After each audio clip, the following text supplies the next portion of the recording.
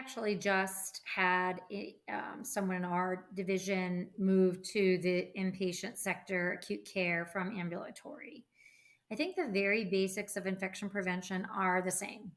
So there's very basic things that every infection preventionist has to know and understands, whether you're in ambulatory, whether you're in long-term care, no matter where you work in infection prevention, there are basics. And when you become CIC certified, which is what really people should be looking at, you have a very high level amount of knowledge about infection prevention.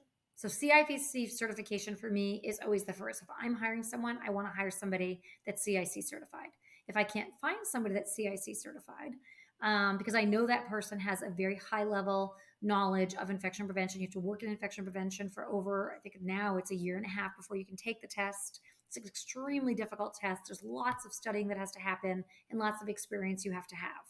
So in my mind, it's not where they've worked, it's that they're CIC certified. And if they're coming to me CIC certified, I can always get them up to speed on the surveillance part of it. So acute care, the difference is that you are now responsible for mandatory reporting to the government. That's really the very, and you might encounter different unique circumstances, outbreaks on units, different organisms, but that's what infection preventionists do. So if you understand the basics of microbiology and you can pass a CIC exam and you know why people need to be put on precautions, you can understand Candida auris. I mean, it's just not, that's not a huge leap because we're always learning.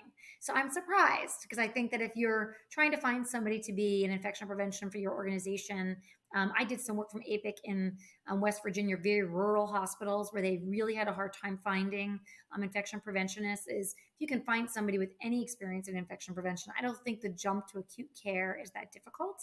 It's just understanding the definitions of surveillance. And the CDC, NHSN has copious amounts of education surrounding that to help you understand what you have to report to the government, what the measures are, what you might get a penalty about. So I think that's probably going to change as a lot of infection preventionists retire in the coming years. And maybe you'll see that change a little bit where people will be more willing to take somebody from ambulatory.